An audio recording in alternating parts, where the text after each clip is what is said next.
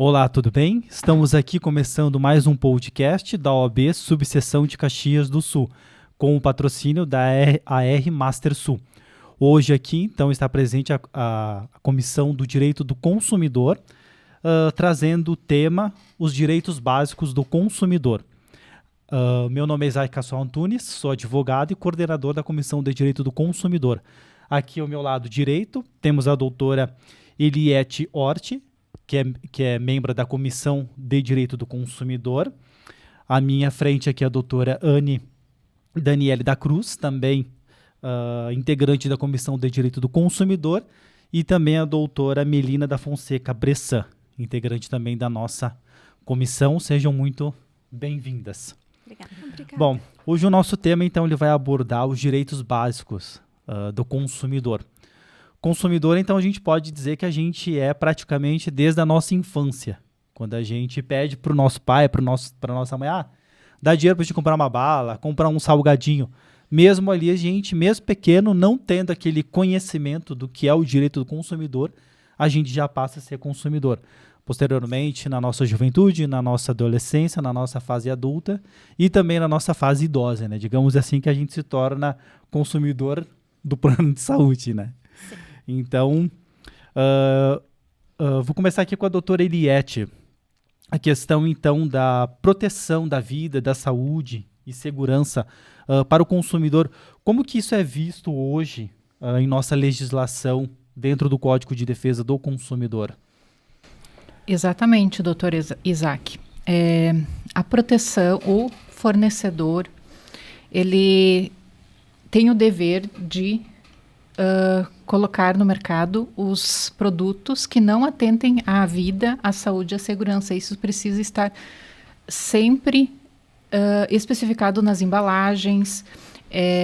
Por exemplo, um ingrediente que seja nocivo à saúde de algum consumidor precisa estar sempre especificado, porque a partir do momento que se tem que nasce o direito do consumidor, também nasce o dever do fornecedor de fornecer esses produtos que não atente à vida, à saúde e à segurança do consumidor.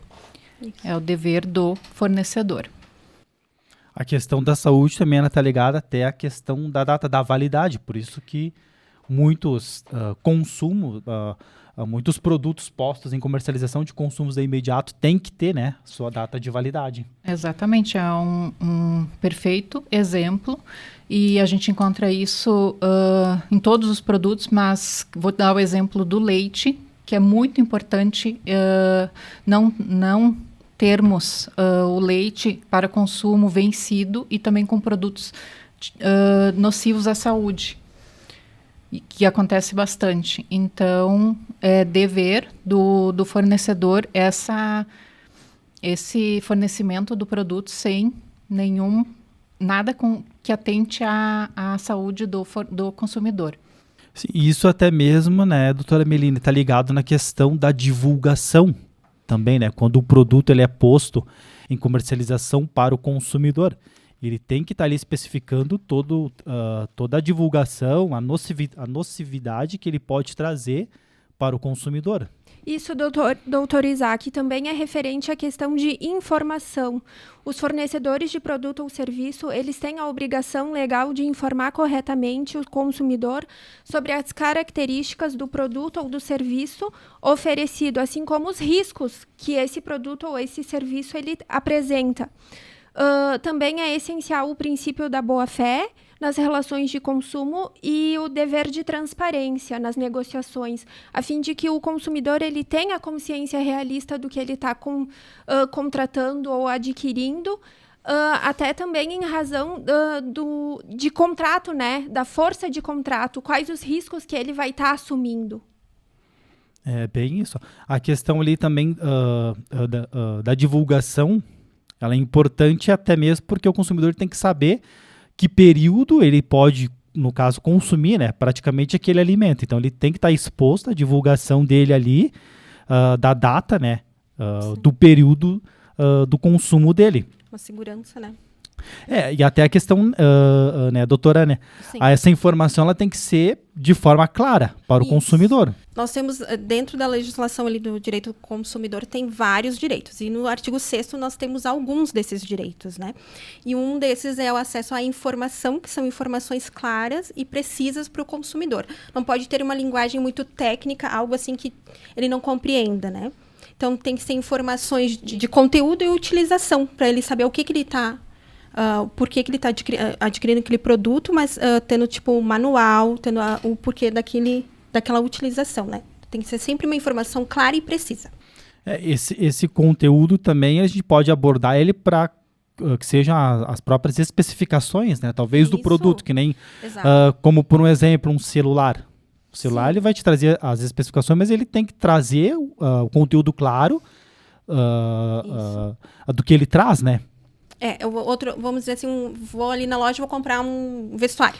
Então, tem que ter a forma de pagamento, se for parcelado, os juros que aquilo vai incidir, os tributos que vão incidir sobre aquela venda.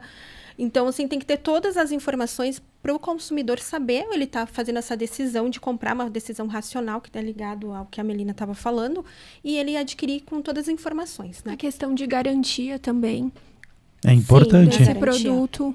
É essencial, né? É importante porque até a questão da garantia, muitas pessoas elas acabam... é 1 ano, é 30 dias, é 90 dias, é 7 dias. Na realidade, acaba fazendo bem diverso. Então, se está descrito diretamente no produto, então é muito importante ter, né, esse tipo de informação para o consumidor. Pro consumidor. Até porque se não tem essas informações, ou daqui a pouco acaba extrapolando ou violando, a gente até mesmo teria a questão de uma publicidade enganosa. Exatamente. Uma publicidade de forma abusiva, Exato. né, doutora Exato, Eliette? e isso é muito comum, principalmente métodos desleais, coercitivos na oferta dos produtos. E aí dá para fazer até um link do artigo 39, inciso 1, que é a prática da venda casada, né?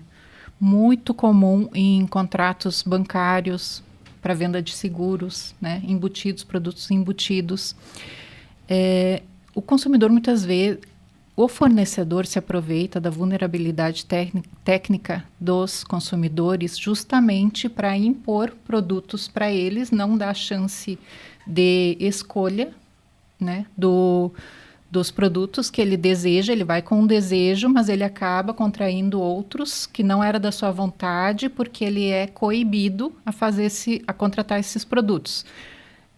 Por exemplo, o consumidor vai abrir uma conta salário num banco. Conta salário que é para receber o valor do salário dele. Ele sai com conta corrente, com cartão de crédito, com anuidade, tendo que pagar anuidade, tarifas. Sendo que a conta poupança a conta salário não tem tarifas. Nem é ofertado a ele o pacote essencial que dá direito a ele, né? Alguns serviços bancários na conta totalmente isentos, nem ofertado isso. Então, ele sai já com um pacote de produtos financeiros, um atrelado ao outro, mas não... Porque o banco não oferta Não os informa, outros. né? Desculpa. Não existe a informação. Tem que- Exatamente. Métodos coercitivos hoje está bastante em voga. Por quê? Porque empréstimo não solicitado, né? Essas ofertas através de telemarketing que induzem o cliente a fazer portabilidades, renovações, achando que estava fazendo um tipo de negócio no consignado ou no empréstimo pessoal não consignado e acaba fazendo outra contratação, porque ele é totalmente enganado. E as vias hoje, os métodos eletrônicos, aumentou essa demanda porque eles não têm a menor intimidade com a tecnologia. Então, eles saem totalmente lesados e depois tem que procurar reaver esses valores com indenizações, eles têm que procurar uma ajuda específica de um conselho administrativo ou judicial para reaver esses valores, porque eles são totalmente lesados nesse sentido. Sim. E fere a liberdade deles de escolha, né? Sim, até essa questão dos empréstimos bancários que a doutora comentou, É muito comum a gente ver também que geralmente, além do empréstimo, né, reiterando ali que praticamente é posto, né, em circulação uma venda casada, onde a parte contrata o empréstimo, ao mesmo tempo daqui a pouco recebe um cartão de crédito sem ter solicitado. Posteriormente, o cartão ele já vem com uma margem ali, né, consignável para gastos, e que o consumidor ele nem tem conhecimento. Não tem conhecimento e muitas vezes é uma dívida infinita. Os mais lesados são os idosos nesse sentido. Então, justamente pela vulnerabilidade técnica e também econômica, eles acabam, a lesão deles tem um reflexo impactante na vida deles, na qualidade de vida deles, porque até resolver o problema... Sim, e muitos desses empréstimos, algumas vezes eles vêm por ligação. Sim. Aí, no caso... vamos dizer o consumidor, às vezes até mesmo, né, a pessoa idosa ali recebe uma ligação dizendo que você tem um dinheiro a receber. E nesses, muitas vezes, já vem o que é o empréstimo junto. Exatamente. Um empréstimo, né? Eu já atendi o empréstimo.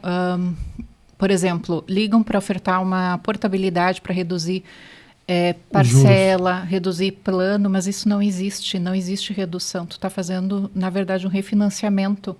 E também...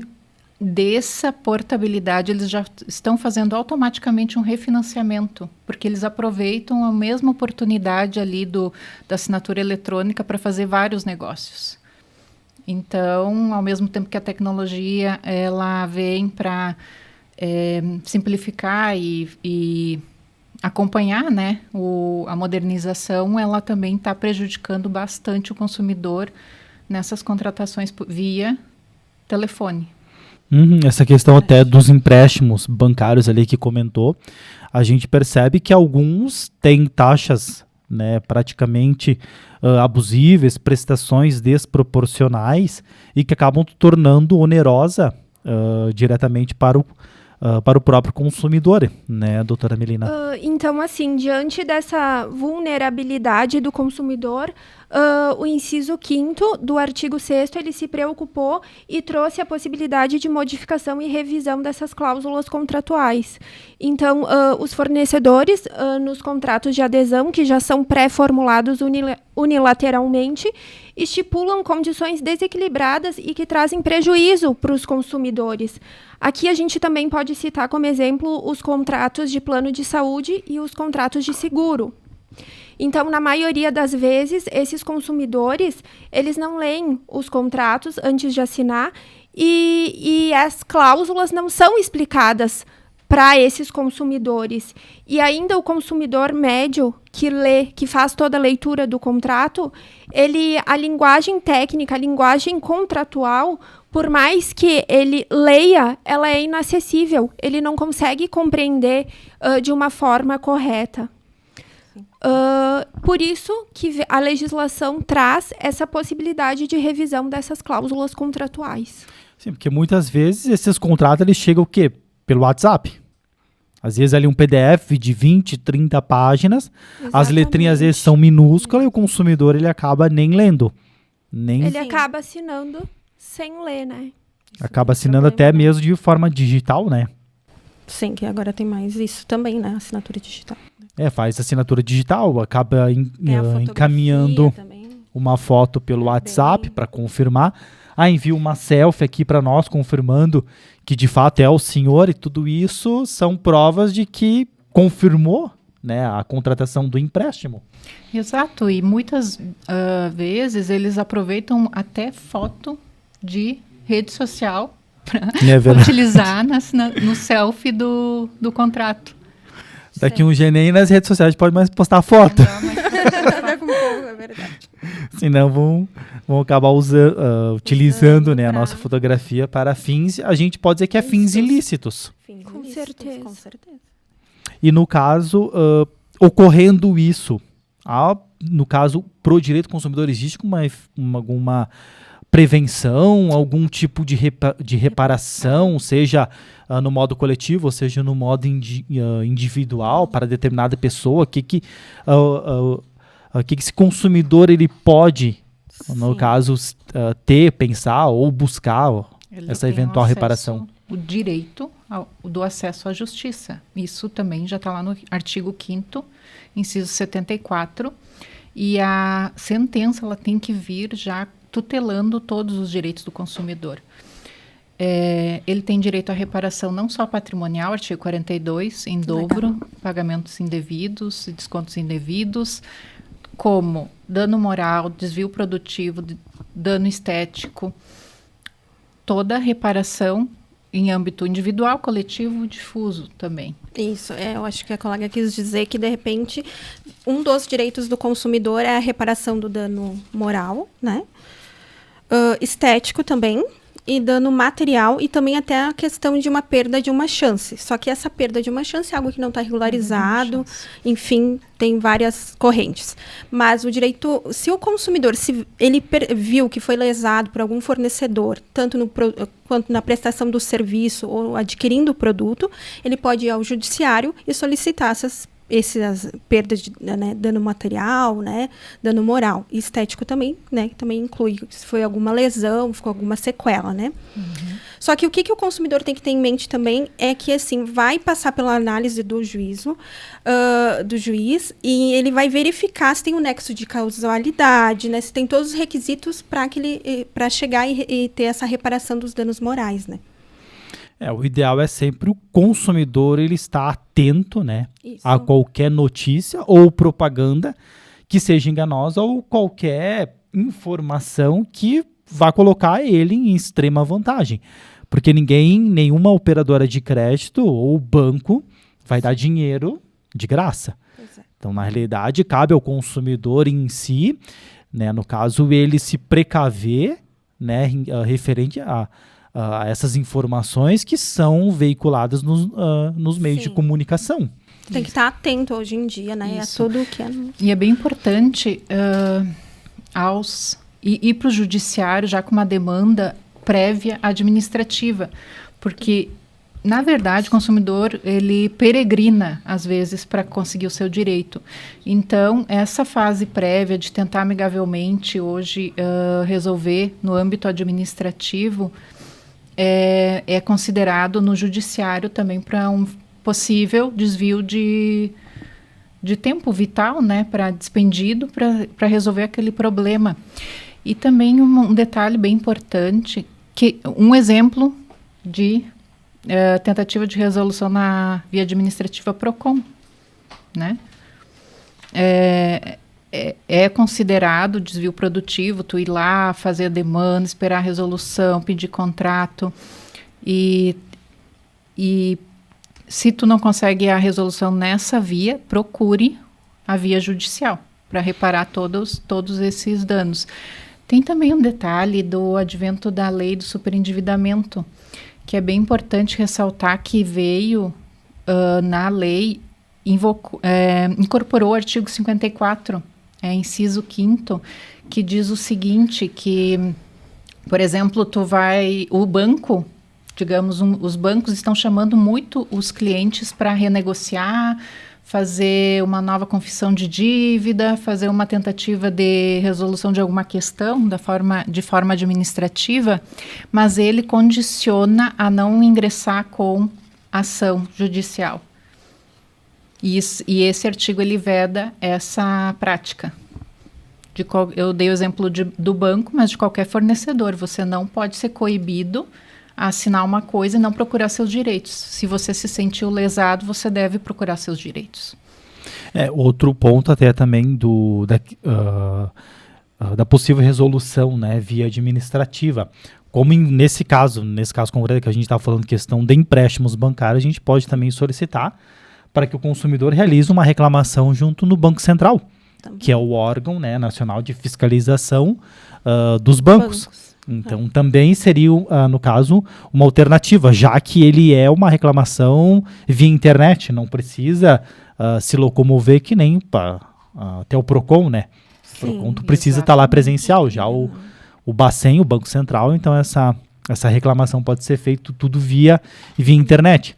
E até mesmo se o consumidor ele faz parte, né, recebe algum tipo de benefício pelo INSS, ele pode até mesmo solicitar ou baixar uma cópia do contrato do empréstimo no Meu INSS dele, também ali está disponibilizado.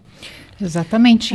E outro canal também bem importante para a resolução de conflito, até porque é um órgão fiscalizador pelo Senacom, é a plataforma do consumidor.gov. É um canal bem eficaz, né, na busca da resolução desses conflitos.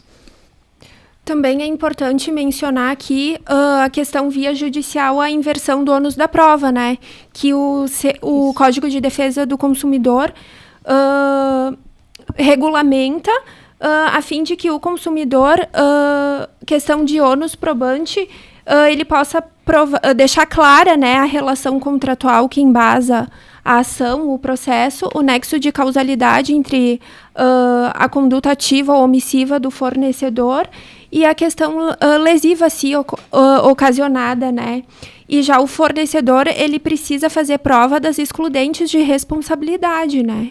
O ônus da prova está completamente ligado, né, na hipótese de que o consumidor ele já foi lesionado, ele teve, né, uma informação praticada de forma errada devido a uma prática abusiva, né, bem como foi posto em comercialização um produto que violou praticamente os direitos do consumidor. A fim de coibir essa conduta ilícita praticada pelo fornecedor, né? Sim. Até porque muitas vezes é o fornecedor que tem o sistema, que tem o acesso à documentação, acesso técnico do produto, né? O consumidor, ele é a parte vulnerável nesse processo. Sim. E só acompanhando ali o que a Melina falou do ônus da prova, é interessante assim que quando nós falamos o ônus da prova, o consumidor, mesmo que ele não tenha a prova, ele quer ingressar no juízo, passando pela esfera extrajudicial, PROCON, que tem que passar e tal. Se ele for a juízo, ele pode sim ingressar, não tendo essa prova. Lógico que o juiz vai decidir se vai caber ou não a inversão do ônus da prova, né? Requerer dentro da ação, né? Requerer essa inversão dentro da ação. É imprescindível esse pedido, a inversão do ônus da prova nas demandas de ação de consumo. Isso. Até porque ele é um direito básico do consumidor. É básico. Então não tem como ele querer chegar até o Poder Judiciário, até porque ele, buscando, né, essa inversão do ônus da prova, a gente vai ter uma adequada e eficaz prestação, né, dos serviços públicos em geral, que é o que o próprio direito do consumidor, né, ele garante também, né, ao consumidor, como um direito dele. Sim. A eficaz prestação dos serviços públicos em geral. Em geral, inciso 10. Esse inciso, ele é interessante, assim, porque ele traz o direito do consumidor para alguns serviços públicos. Não são todos os serviços públicos. São os serviços públicos que há remuneração. Taxa taxas ou tarifas. Diferente do, vamos dizer, que ele é contribuinte, né? Tipo o Sistema Único de Saúde, né? Que não paga. Então, dando um exemplo aqui, seria o transporte público. Um consumidor que utilizou o transporte público, se sentiu lesionado, algum acidente, ele pode, sim, ingressar utilizando essa lei daí, do direito do consumidor, mas tem que ficar atento que são serviços que são remunerados, né? Que tem mediante uma taxa ou uma tarifa, né? Desde que seja um serviço público, né? Em geral, na verdade, a lei ela não especifica adequadamente. Desde que haja uma prestação direta ou indiretamente do poder público. E eficaz, né, doutor? Tem princípio da Constituição Federal, artigo 37, né? Princípio da eficiência. Uhum. E quem é bem atuante nesse sentido é o Ministério Público, né? Não raras vezes nós nos deparamos com multas estratosféricas por práticas aplicadas em fornecedores por práticas abusivas. E tem bastante, né? E a mesma até essas práticas abusivas, né? Que nem voltando ali no contrato de empréstimo. Daqui a pouco ele contrata o empréstimo com juros altíssimos, já houve a taxa de juros, uma violação referente à taxa do Banco Central, que o próprio banco ele já ultrapassou, o qual provavelmente vai acabar trazendo o quê? Um superendividamento pro consumidor, acabar ele gastando mais do que ganha. Isso. E também acontece muito de não fornecerem nem o contrato para o cliente buscar os seus direitos. Existem empresas que se negam a fornecer o contrato para os clientes e ir em busca da tutela jurisdicional. O inciso 11 do artigo 6º, ele regulamenta essa questão da educação financeira, né? O Código de Defesa do Consumidor, ele impõe às instituições financeiras a prática de crédito responsável, né? De educação financeira, de prevenção e tratamento de situações de superendividamento. Isso. Porque é interessante esse inciso da Melina que ela está falando, que nós tínhamos um consumidor que era endividado e depois se tornou super endividado ali, as famílias se tornaram super endividadas ali em 2021, que teve a pandemia, né? Sim. Então, a lei veio com isso para poder conseguir, né? Auxiliar esse consumidor que não estava mais conseguindo pagar. Porque endividado é quando as pessoas têm dívidas vincendas, né? E super endividado é quando ele já não consegue mais pagar as dívidas. Então, esse artigo foi incluído para poder dar esse suporte ao consumidor, né? Para ele rever, rever as cláusulas contratuais, né? Sempre pensando também na questão, assim, do fornecedor, né? Sempre aquela medida que não só o consumidor, não só o fornecedor, mas algo que fique bom para as duas partes. Equilíbrio, né? E equilíbrio, isso aí. O superendividamento, ele já, quando o consumidor, ele já não tem mais o mínimo subsistencial de vida. Isso. Né? Ele já não tem mais praticamente mais nada, não tem de onde tirar dinheiro, não tem ganhos, o que sobra para ele não garante nem o mínimo praticamente para a alimentação dele. A subsistência. Exatamente. Isso ocorre bastante porque ele, voltando, né, ele acaba acreditando muito, né, em diversas instituições bancárias, trazendo muitas ofertas, muitas promessas, refinanciamento, reduzir taxa de juros, mas isso não... Que, na verdade, o juro só aumenta, né? Nessas renegociações. Aumenta o valor também das prestações, a quantidade. E o valor do débito, né? Mas, daí, ali, né, tem o próximo inciso que ele comenta que que também é assegurado a essas pessoas que estão super endividadas um limite do que pode ser pago, né? Que eu, enfim, já vi, né? Não dando nome, né? Não posso, mas, enfim, as pessoas não realmente recebiam um valor do seu salário e já ia para todo, né? Para pagar. A oferta está muito agressiva, né? As metas são agressivas, então as instituições financeiras elas estão comprometendo a renda do cliente, não deixando o mínimo existencial, não deixando a dignidade da pessoa humana de lado e pensando no lucro. E é por isso que essa lei veio o advento do superendividamento, porque existe a responsabilidade de liberação de crédito também. E que os bancos, eles estão tomando sem critério, tomando a renda do consumidor, comprometendo 100%, 110%, e sem pensar no mínimo existencial da pessoa. Não existe uma análise de crédito. Sim, na realidade eles acabam criando uma análise para o consumidor acabar achando que ele está saindo em vantagem.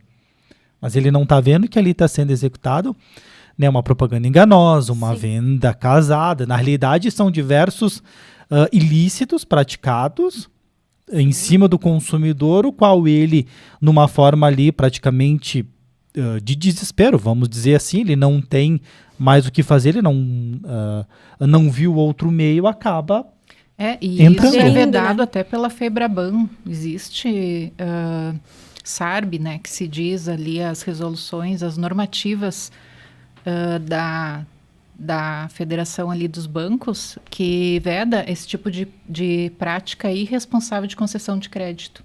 Mas eles não respeitam. Mas é que nem a doutora disse, né? No caso, são metas para serem, né, enfim, batidas. Em cima dessa meta, o vendedor ou quem está oferecendo acaba ganhando. Então, na realidade, é uma busca incansável pelo dinheiro. Exatamente. É o lucro. Mas o consumidor sempre tem que estar atento também, né? Eu acredito, né? É muito da educação financeira. É isso que eu digo. Tem que ter Me uma refiro, educação né? financeira. O cliente que entra no superendividamento e entra com a ação, chega ao ponto de entrar com uma ação, ele vai ter um período ali de privação. Eu já aviso, né, os clientes, olha, vai ser um período de privação, não vai ser fácil, mas tu vai conseguir dar conta dessa dívida, porque eles não enxergam mais por Pode onde ser. que a pessoa já saída tá- desse Sim. endividamento.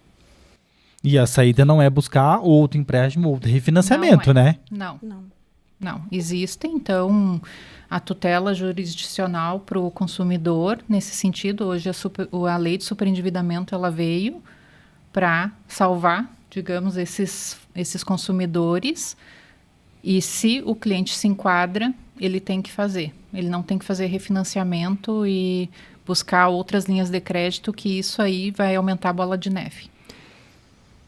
Sim, porque no caso, o superendividamento ele veio praticamente para assegurar, né, um direito do consumidor, que é o quê? Que é um mínimo existencial. O mínimo existencial.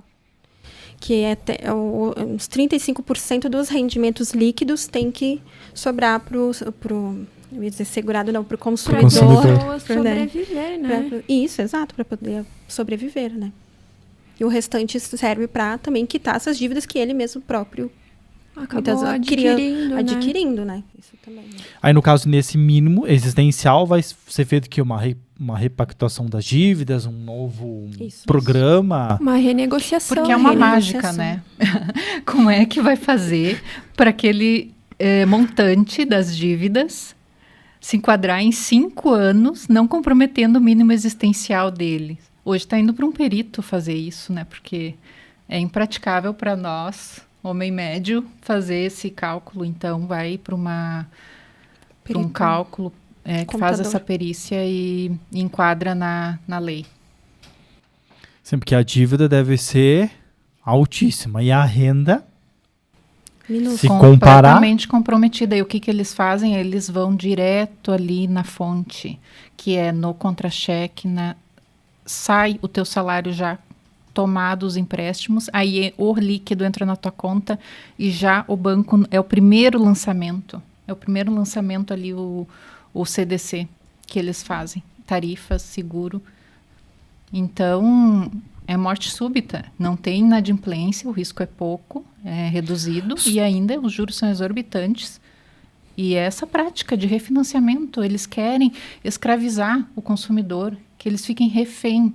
Os bancos fazem reféns e tornam as pessoas dependentes deles. Principalmente os idosos, né? Que daí eles já Nossa. descontam Muito direto mais. dos benefícios, né? Direto, funcionário público.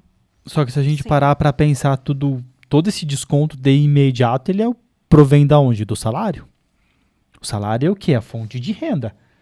É o fundamento constitucional, né? A dignidade da pessoa humana.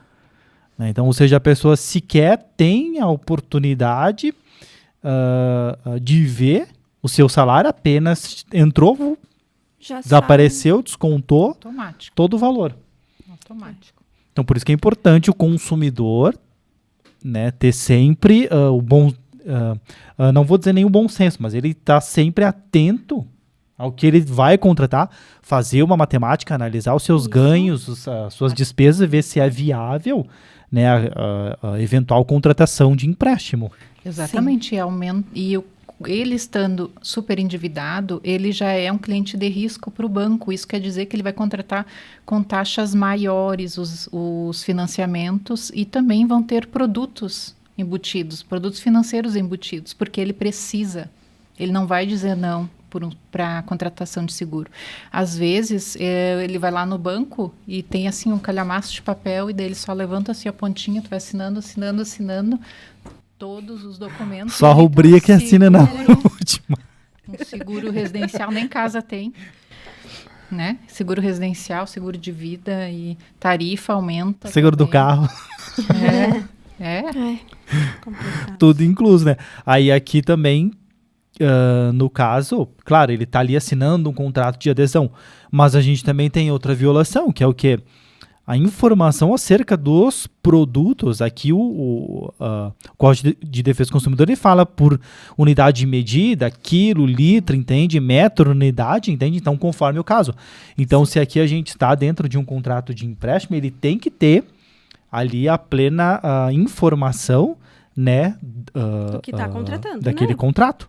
Taxa de juros, valores, parcelas, quanto vai pagar, se tem Isso. seguro, se não Só tem. que normalmente essas questões elas são omissas, né? Não é informado para o consumidor, ele não tem ciência quando ele está assinando, ele assina sem ter essa ciência. Muitas vezes não sabe nem... eu quero um empréstimo, daí tem modalidades de empréstimos, né? As pessoas nem sabem e estão contratando um empréstimo muitas vezes. Isso. E também, essa informação ela precisa ser visível e incontroversa. Outro exemplo, assim, nos supermercados. Aí tinha um supermercado atuando da seguinte forma, assim, 3 caixas de leite, tá? Cada caixa de leite, 12, né? Tá, 3 dá 36 caixinhas de leite, aí por um preço super reduzido. Aí a pessoa, mas bem grande esse preço, né? E as 3 caixas de leite bem pequeno. Aí eu chegava no caixa com uma caixa de leite, 3 vezes o valor que estava lá, né? Na prateleira. Então tem que ficar muito atenta, porque quem que vai levar 36 caixinhas de leite, né? Mas aí o preço era diferenciado, mas só nesse sentido. Mas o consumidor, ele foi induzido pelo preço. Erro. Pelo preço Grande menor, ali, né? destacado na prateleira, chegou lá no caixa, era outro. Então tem que ficar muito atento às compras no supermercado nessas práticas de indução. É um tema bem complexo, né? Os assuntos também abordados, a gente sabe que cabe ao consumidor, então, ele está sempre atento a tudo que ele for contratar e a tudo que é posto em comercialização, enfim, no mercado ou onde quer que seja. Bom, eu quero agradecer aqui então a presença da doutora Melina, da doutora Anne Obrigada. e da doutora Eliette. Eu que agradeço pela oportunidade. Obrigada. Isaac. Foi ótimo. Então a gente agradece e até o próximo nosso podcast Questão de Ordem da OAB.